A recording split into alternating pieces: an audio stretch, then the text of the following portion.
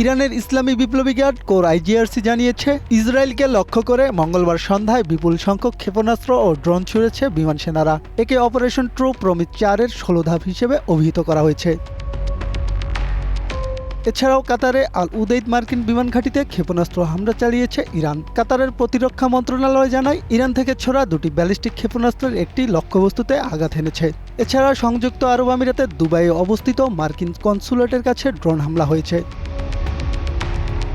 Saudi আরবে মার্কিন দূতাবাসে অবস্থিত দেশটির কেন্দ্রীয় গোয়েন্দা সংস্থার স্টেশনে ড্রোন হামলা হয়েছে। এছাড়াও রিয়াদের দক্ষিণ অংশে 9টি ড্রোন প্রতিহত করা হয়েছে। সৌদি আরব বলছে, দেশের নিরাপত্তা ও বাসিন্দাদের সুরক্ষায় ইরানের হামলার জবাব দিতে প্রস্তুত। এদিকে লেবাননের রাজধানী বৈরুতে দক্ষিণাঞ্চলীয় দুটি শহরে ইসরায়েলি হামলায় 6 জন নিহত ও 8 জন আহত হয়েছে। এছাড়া পূর্ব লেবাননের বালবেক শহরে একটি 4তলা ভবনে ইসরায়েলি বিমান হামলায় 4 জন নিহত এবং 6 জন আহত হয়েছে। ওদিকে মার্কিন সেন্ট্রাল কমান্ডের প্রধান জেনারেল কুপার বলেছেন, ইরান এখন পর্যন্ত 5 শতাধিক ব্যালিস্টিক ক্ষেপণাস্ত্র ও 2000-এরও বেশি ড্রোন ছুড়েছে। বর্তমানে ইরান তাদের উৎক্ষেপণ সক্ষমতা নিয়ে বড় ধরনের সংকটের মুখে পড়েছে।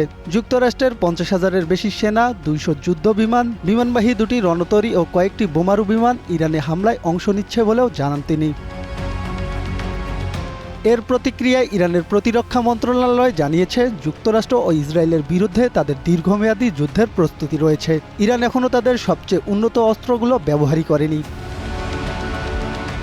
যুক্তরাষ্ট্রভিত্তিক মানবাধিকার সংস্থা human rights activities news agency জানিয়েছে, গত 28 ফেব্রুয়ারি থেকে ইরানে 1097 জন বেসামরিক নাগরিক নিহত হয়েছে। নিহতদের মধ্যে 10 বছরের কম বয়সী শিশুর সংখ্যা 181।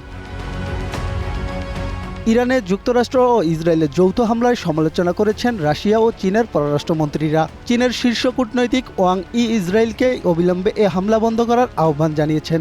এদিকে রাশিয়ার পররাষ্ট্রমন্ত্রী সের্গেই লাভরভ বলেছেন, ইরান পারমাণবিক বোমা তৈরির চেষ্টা করছে এমন কোনো প্রমাণ মস্কোর কাছে নেই।